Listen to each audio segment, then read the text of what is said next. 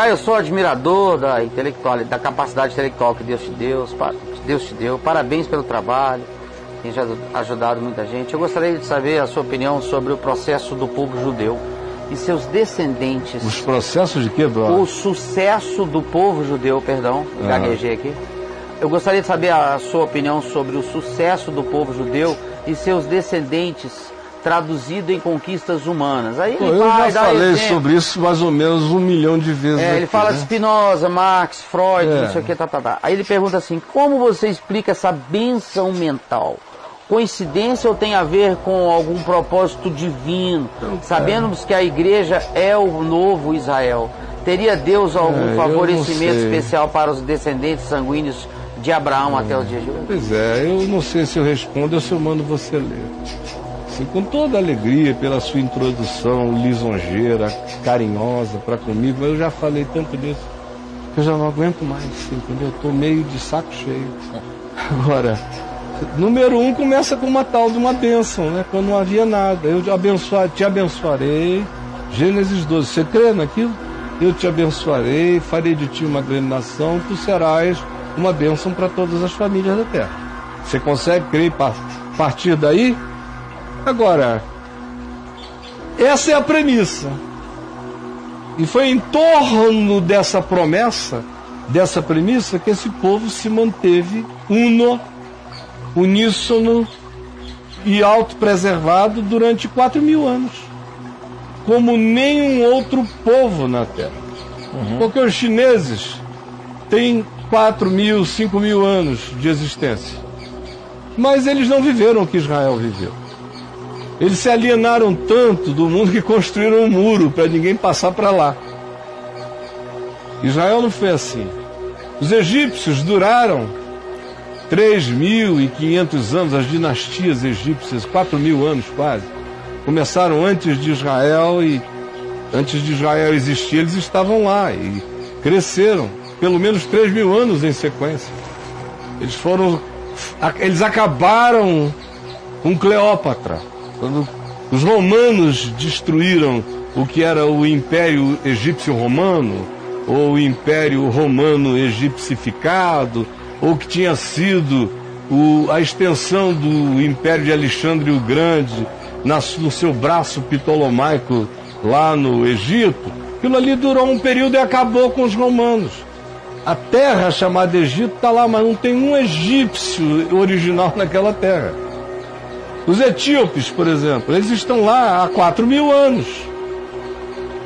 Viveram coisas parecidas com o que Israel viveu, mas não exatamente as mesmas coisas e nem do mesmo modo. E nem tiveram o registro dessa manifestação de um lado da história deles em sequência cronológica e do que eles interpretaram como soberania de Deus. A interpretação sempre a posteriori.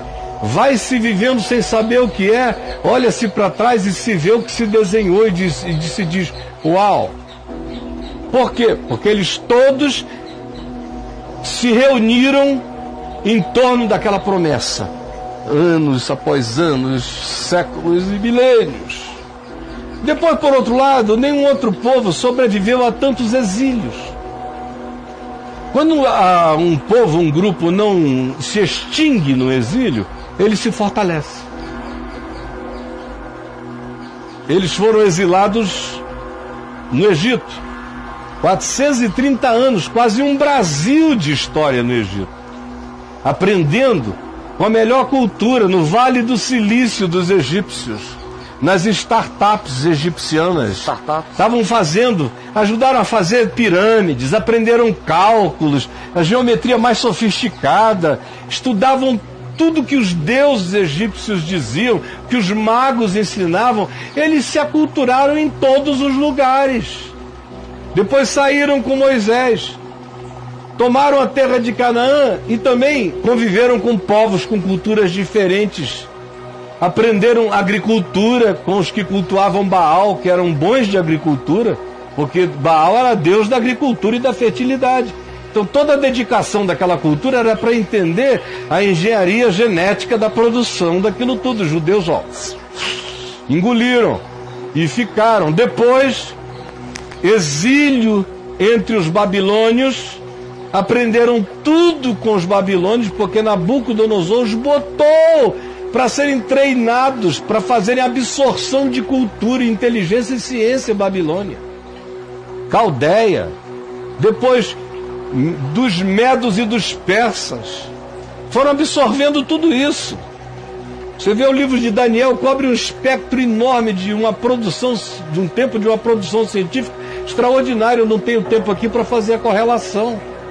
Quando eles voltam para a terra deles, depois do édito de Ciro, eles caem o quê? Nas mãos dos gregos, que era o povo mais desenvolvido na filosofia, no pensamento.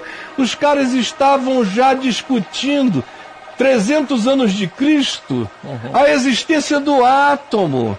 Tales, lá de Éfeso, de Mileto, tinha certeza absoluta que o universo era feito de partículas invisíveis ao sentido. Demócrito, né? Todo mundo. O verbo, essa ideia de um verbo como razão original, já estava presente entre eles. E os judeus foram viver sob a gestão dessas alternâncias de poder do mundo grego, ora com os Ptolomeus do sul, ora com os Seleucidas ao norte. Aí vieram os romanos.